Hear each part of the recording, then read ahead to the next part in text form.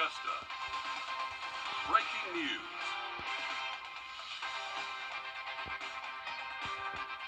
We begin with breaking news. Within the last half hour, we now know the name of the child who died this afternoon in Aiken County after being hit by a vehicle. The Aiken County Coroner's Office says 5-year-old Miran Purtle was the victim. Your Ethan Hunter was there earlier today. He joins us now live in the newsroom. And Ethan, what do we know right now about this case? I got to the scene on Rayburn Road about an hour after law enforcement first arrived. I'm told the child was hit around 4:14 this afternoon. Sadly, she was pronounced dead at the scene a short time later at 4:36.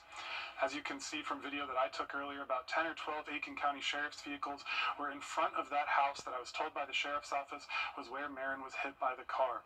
The Coroner's Office says the car was driving on the property and Miran was hit in the front yard. She was in the front yard when she was hit. Deputies stayed on the scene, and I did watch most of them leave at around 7 p.m. We have been told the Aiken County Coroner, Aiken County Sheriff's Office, and SLED are continuing to investigate. And this is a map showing where it happened. Rayburn Road is a dirt and gravel drive with about 5 or 6 houses on it. The incident happened about a half-mile down the road from Edistow Road, which is a mile from Highway 1 in the Ridge Spring area. So once again, a 5-year-old girl has died after being hit by a car in Aiken County. A very tragic scene here on New Year's Eve, and we'll keep you updated as we work to learn more. Just a horrible situation there, Ethan, and we are thinking of everyone who is involved in this, her family and friends, and of course we're going to keep you updated as we learn information. And so far we have not heard anything about facing charges at this time. Also breaking tonight at 10, a person is dead after a fire on Jeter Street in the city of Edgefield. The Sheriff's Office says that it's assisting the Edgefield City Police and SLED arson team. Right now, details are limited. We're working to learn more about the cause of that fire and any information about possible victims. Also breaking right now, fire crews are battling a brush fire in the Highland Hills neighborhood in Graniteville. This is what we have been warning people about here. This is video just into the newsroom from the fire one of our News 12 employees saw about 15 minutes ago, and she said the fire covered at least 3 backyards and appears structures are in danger, as you can see right there. We do have a crew headed to the scene. We reached out to officials about any information as far as this brush fire, so we'll keep you updated online and our News 12 app. That is just so scary to see that, and I know a lot of people are out and about and maybe not home, just very scary. And we're under a fire risk today, an elevated fire risk. We've been talking about this for the past 3 days. Please use extreme caution if you are shooting off any fireworks tonight. We are seeing dry ground conditions, low humidity levels, and we're also seeing a little bit of a breeze. So any sort of spark, if it ignites something, it's going to spread very fast. It will get out of control very quickly. Hopefully, again, those fire crews are able to take care of that very quickly out there over in Graniteville. But looking again at the big 3 factors for us, we're seeing dry ground conditions, a little bit breezy, and then those low humidity levels, so very dry up in the atmosphere as well. Looking at temperatures overnight tonight, we're dropping off into the 30s for us. We're already sitting in those upper 30s, but we'll see the low 30s overnight tonight, so a cold start to our New Year's Day, but plenty of sunshine. We're warming up nicely. We'll talk more about it coming up. All right, thanks, Emily. Happening right now, we're giving you a look at downtown Augusta. People are out. Businesses are likely full of people getting ready to welcome 2026. And while the crowds are out, the Richmond County Sheriff's Office deputies are downtown as well, as in South Augusta. Chief Lewis Blanchard also has the message for telling those that who may go out and drink to have a plan to get home safely without driving. Absolutely want people to have a great time and to be happy. But you're not going to have a great time if you kill somebody or if you end up in a crash yourself. There's no excuse nowadays. Uber is everywhere. Uber, taxi, friends, whatever it takes. But if you choose not to, just be forewarned. We have about 15 extra Georgia State patrols out tonight. We have all of our traffic division working, our heat team, and the GSP helicopter as well. We're not going to tolerate DUIs on our streets. Eyes on the ground and in the air there. AAA has the Tow to Go program. It's available to those in Georgia, and Blanchard also suggested catching a ride to wherever you may want to go, and for everyone to stay safe and have a good time. That is certainly something we want. And Blanchard himself is prepping for a promotion. He was named the next chief of police in Lynn Haven, Florida. Right now, Blanchard serves as second in command at the Richmond County Sheriff's Office. Blanchard will fill that position as chief of police in Lynn Haven after the previous chief left back in September. Lynn Haven is in the Panhandle community. Blanchard's start date is expected to be February 9th. In a statement today, he said in part, quote, "I'm leaving Augusta, and leaving it is bittersweet. I will greatly miss the Augusta community."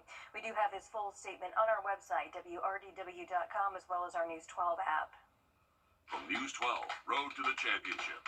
Sponsored by Milton Rubens Superstore. The wait is almost over. This time tomorrow night, Georgia and Ole Miss will be on the field down in New Orleans. That's thanks to the Milton Rubens Superstore. We're taking you inside the Big Easy. And that's where we find your News 12 sports director, Alyssa Lyons. Alyssa, less than 24 hours separate us from kickoff. What can you tell us so far? It looks pretty lively down there where you are. Yeah, it is. It certainly is. A lot of Georgia Dog fans already barking at me. I don't know if you can hear them. They're literally barking at me as we speak. But when the Dogs lay their heads to rest tonight, they'll wake up with the start of a new year and a new opportunity to continue on in the college football playoff. But like we know in the Big Easy, a show doesn't go on without a party.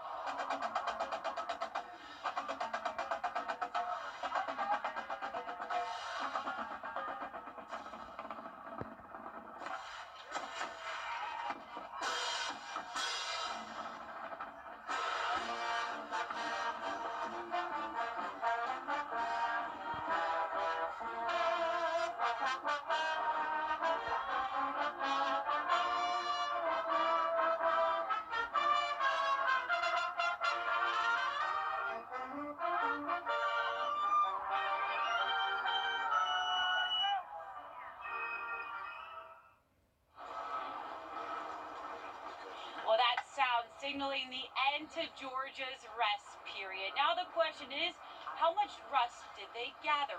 Kirby Smart said in his final press conference ahead of the game that he decided to take a different approach for this preparation and with the Sugar Bowl, because they don't have all those circumstances that they had last year. And as for experience, they have plenty of it. Georgia, 5 postseason appearances in the college football playoff. But we all know resumes don't often dictate outcomes. Once the players get on the field, all that goes away. None of that matters. I mean, we've been in rematches, big games. When you play in the SEC, every week's a big game. You know, when you go on the road in the SEC and play, it's an environment like no other. It can't be matched. And so the gauntlet of what their team has gone through and our team has gone through, this is another, SEC battle. I don't think you can draw much. I don't personally think you can draw much on the experiences you learned from last year. Are experiences like travel, extra day in a hotel, where you don't get those in regular season. But in these kind of matchups, it still boils down to the players making plays and coaches putting them in position to. And speaking of the SEC, they have the most teams of any conference to start the playoffs. So they had 5 teams inside the 12. Now, this is Ole Miss's first postseason appearance in the college football playoff era, which also means that this is the first time that Georgia and Ole Miss will face each other twice in the same season. We all know Ole Miss's only blemish on the year, Georgia. I was just about to say that, Alyssa. A lot of eyes are going to be on this game to see if things are going to be a little bit different. All right, thanks for that. All right, well, let's go ahead and check in right now on the Cotton Bowl between Miami and Ohio State. Right now, it is the Miami Hurricanes leading as we get into the fourth quarter over the Buckeyes, and whoever comes out on top will face the winner of Georgia and Ole Miss in the next round of those playoffs. And big news for one Strom Thurmond's all-time greats, former Rebels wide receiver Braylon Staley, breaking the Tennessee record. Look at that, for most receptions in a season by a freshman. Staley finished the season with 68 catches for more than 800 yards and 6 touchdowns. Congrats to him. And while he breaks out in college, Wagner Sally's Elijah Davis announcing this week that he's entering the 2026 NFL draft. The former War Eagle put 44 total tackles, 2.5 sacks, and 1 fumble recovery during his senior season with Troy. Davis will likely take place in the NFL Combine ahead of the draft. That's taking place in late February. Happening now in Burke County, the sheriff's office is searching for this suspect they say is armed and dangerous, so take a good look right now. 21-year-old Jeremiah Mosley is wanted for 2 counts of felony theft by receiving stolen property. Deputies say that Mosley has stolen several guns. If you have any information as to where he may be, give the Burke County Sheriff's Office a call. That number is 706-554-6633. One person is dead after a motorcycle crash on I-20 eastbound near exit 190. It happened this morning as GSP troopers were in a chase with that motorcycle. Georgia State Patrol says that a trooper saw the motorcycle speeding on I-20 west near mile marker 196. Then the motorist ran from a traffic stop leading to that chase. GSP says that the motorcyclist crossed from I-20 west to the east side when the trooper decided to stop that chase because of traffic and the motorcyclist, quote, reckless driving. The trooper eventually came up on the crash in the center of the road. That motorcycle was fully engulfed. Right now, we do not know the identity of the motorcyclist who died at the scene of the crash, but we are working to find out. And new year means new laws, so let's go ahead and start off in Georgia. Georgia's flat state income tax is going to fall again as part of a plan to lower it to below 5% January of 2027. Every Georgia taxpayer can create one catastrophe savings account. The Georgia Health Insurance Affordability and Consumer Protection Act means that Georgia must create an insurance program if the Affordable Care Act expires, which it will come midnight. The law is meant to provide Georgia with a way to offer state-run assistance and consumer protection, as many people would face higher health care costs now to Georgia schools, where they're starting in July. All public K-8 schools must ban personal internet-connected devices like smartphones, smartwatches, headphones, and more during school hours, except for school-issued devices. And across the river in South Carolina, the liquor liability and tort reform law go into effect at midnight. That means places that serve alcohol are required to have a $1 million liability policy. But the new law allows those locations to make the cost more affordable if they stop serving alcohol before midnight, and they would only be responsible for paying 50% of the damages in a drunk driving lawsuit. The hands-free driving law goes into effect February the 28th. After that, you'll be able to get a ticket. Now, we have a full list of changes coming on Wrdw.com. So, new laws, new year, and new plans. We caught up with people all around the CSRA about their New Year's resolutions headed into 2026. So let's hear from them about what they are. 2026 is the year of the horse, which is moving forward with intention. And that's my plan, is to go forward and leave the past in the past. Be a better person. Be more respectful to others and myself, and try to help others more. I'm loving those. Those are both good. I need to take that advice myself. Yeah, those are really good things to bring into the new year. And we're not starting off too bad, and it's going to be a chilly start, but hey, it's January, or about to be in just a few hours, so 34 for your wake-up temperature tomorrow, where you have a beautiful afternoon in store. We'll talk more about it coming up. And there's a large change coming to SNAP benefits next year. We've got that and more news for you in just a moment. At Parker's Kitchen, get our new breakfast meal deal: a sausage, egg, and cheese biscuit, a hot coffee, and a crispy hash brown for just $5.99 at Parker's Kitchen. Catch the Dogs as they clash with Ole Miss in this Thursday's big game. News 12 brings you live coverage straight from New Orleans. Join us for exclusive coverage and behind-the-scenes breakdown of the teams in the game. Follow the Dogs' road to the championship with expert analysis and insider access. Tune into News 12 every day this week for all the action and excitement. Sponsored by Wrdw Superstore. Don't miss it. Farmers Home Furniture is celebrating Farmers Home Furniture, your hometown store. We have a reminder from the Columbia County Sheriff's Office when it comes to those launching fireworks. Fireworks are legal in Georgia, and you can set them off on New Year's Eve right now, but that's until about 1 a.m. on New Year's Day. But just because you can does not mean you should, especially right now, Emily.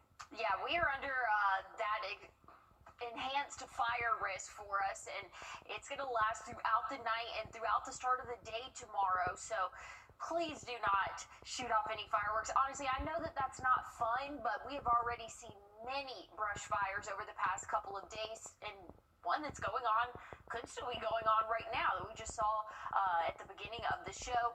Looking at our morning temperatures, we're cooling off into the low 30s for us to start off our New Year's Day, so it will be chilly but seasonal for us. By the time we get into the afternoon, dry conditions will continue, and again, that's not helping us with this elevated fire risk. We're seeing dry conditions on the ground, low humidity levels, so we're not having a lot of moisture in the atmosphere, and it's going to be breezy for the next several hours. So that's not a good combination for us when we are talking about shooting off fireworks. So please use extreme caution when doing that. Tomorrow afternoon, plenty of sunshine, beautiful start to the new year. Once we get into Friday, though, that cloud cover will start to become more widespread across the CSRA, but we will remain dry Friday until we get into early Saturday morning. That's going to be our next chance of rainfall. It will be hit or miss at times, but it will last off and on throughout the day. But again, we'll still have a few pockets of dry conditions throughout the afternoon, the evening. Some of those heavier showers and thunderstorms south of I-20, and then by the time we get into Sunday, plenty of sunshine for us. Things are looking a lot better for the start of next week. So again, nice and dry tomorrow, Friday. Friday will be cloudy, but dry. Once we get into Saturday, that's when we're tracking that more widespread rainfall for our area. Nice and dry Sunday and Monday as well, and plenty of sunshine for the next couple of days, again, excluding Friday, Saturday.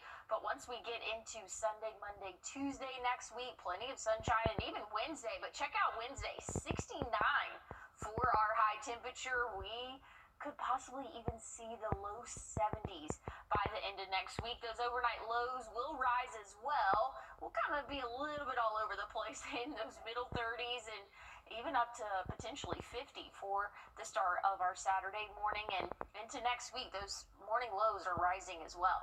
Yeah, and typical winter in Georgia, huh? Well, several states are set to change which items people can buy from the grocery store. Across the nation, people are getting ready to ring in the new year. We're going to show you some unique Georgia traditions right after the break. And as we head to break, giving you a live look at the Santa Monica Pier. So cool right there. Also, your winning lottery numbers.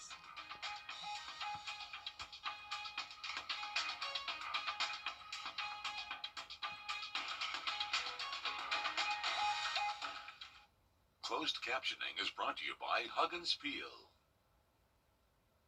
During the room... Don't take if allergic. Stop taking and get help right away for allergic reactions like trouble breathing, face, lip, or tongue swelling, itching, or rash. Tell your doctor about increased blood pressure or color changes, pain, or numbness in fingers or toes. Ask your doctor about Qulipta to help prevent migraine. Welcome back. When the clock strikes midnight, Georgians won't just be watching the ball drop in New York City. All across the Peach State, communities have created their own unforgettable ways to ring in the new year. Georgia State House reporter Abby Kasora shows how they're welcoming 2026 with some Southern flair. Inside a neighborhood bar in Cabbagetown in downtown Atlanta, the countdown is on as Georgians say goodbye to one year and hello to the next. Georgians across the state have found ways to turn hometown pride into New Year's Eve traditions. In Perry, it's the buzzard drop. Down on the coast in Brunswick, the shrimp drop. Tallapoosa drops a possum, and don't worry, it's dead and taxidermy. Villa hosts the hog drop. Tipton drops a gnat, they call it Matt. Alan sends an Edelweiss, a traditional German flower floating into the new year. And in Atlanta, the famous peach drop is now a laser light show, lighting up the sky across the city. But here in Cabbagetown, the biggest honor of the night goes to produce. At midnight, this cabbage drops, cut by the person named the Cabbage Mayor of the Year. It's very reflective of Cabbagetown itself, because we're not flashy and we're not bold or anything, but it's just super organic and very fun. Outside neighborhood bars and shops, the mood is hopeful. I felt like 2025 was a challenging year for most of us out here, and for 2026, I'm hoping that we are all a bit kinder to each other and that we all have a better year. 2025 but 2026. I'm just hoping for, a smooth, easy year. From buzzards to possums, Georgia's New Year's Eve proves there's no wrong way to celebrate. Whether it's a bug, shrimp, or a cabbage dropping from the sky, Georgians are dropping into 2026 with hope, humor, and a whole lot of heart. In Cabbagetown, I'm Abby Kasoris. Some interesting stuff right there, Emily. Hopefully, when you're going to be out and about celebrating, you need to know what to wear. Yeah, you'll definitely need to bundle up for our evening, and then tomorrow morning, things are off to a cold start, but a nice afternoon, so dress in layers. I'll have a look, though, at your 7-day forecast one more time coming up. Time to join the Morning Mix Mug Club, sponsored by All Weather Heating and Cooling. Head to WRDW.com/Morning Mix to win a Morning Mix mug. And catch the mix Wednesday and Friday mornings to see if you're a winner. Enter today. The year-end sales event is here. Before the break, we were in Georgia, and now, before we go, we're getting a look at Times Square from our CBS affiliate up there. You can see those crowds. Look at all of them. The ball getting ready to drop, all the other celebrations, and it does look cold, but that does not seem to dampen the spirits out there. Emily, do you do the New Year's resolutions? I don't. I don't really do New Year's resolutions typically. One, because I can never really think of anything, and then two, I'm just like, I don't need to wait till the new year. I need to. I will say though, look at that ball. Look, I'm such a Scrooge. I feel like I'm always complaining about something with the holidays, but everything gets crowded after New Year's. More people are going to church. Great thing. It's very crowded. Just imagine New Year's like right there in New York. I mean, I've heard so many stories that I don't want to gross out our viewers about what people do so they can stay out there for that length of time. But yeah, it's cold, so they need to be bundling up. We do too. Yeah, definitely so. Tomorrow, we're starting off our morning in those middle 30s. We'll see the low 60s for our afternoon. Beautiful start, though, but we are tracking rain for your Saturday. All right, well, we hope that you have a safe and wonderful new year as we ring in 2026. Farmers Home Furniture is celebrating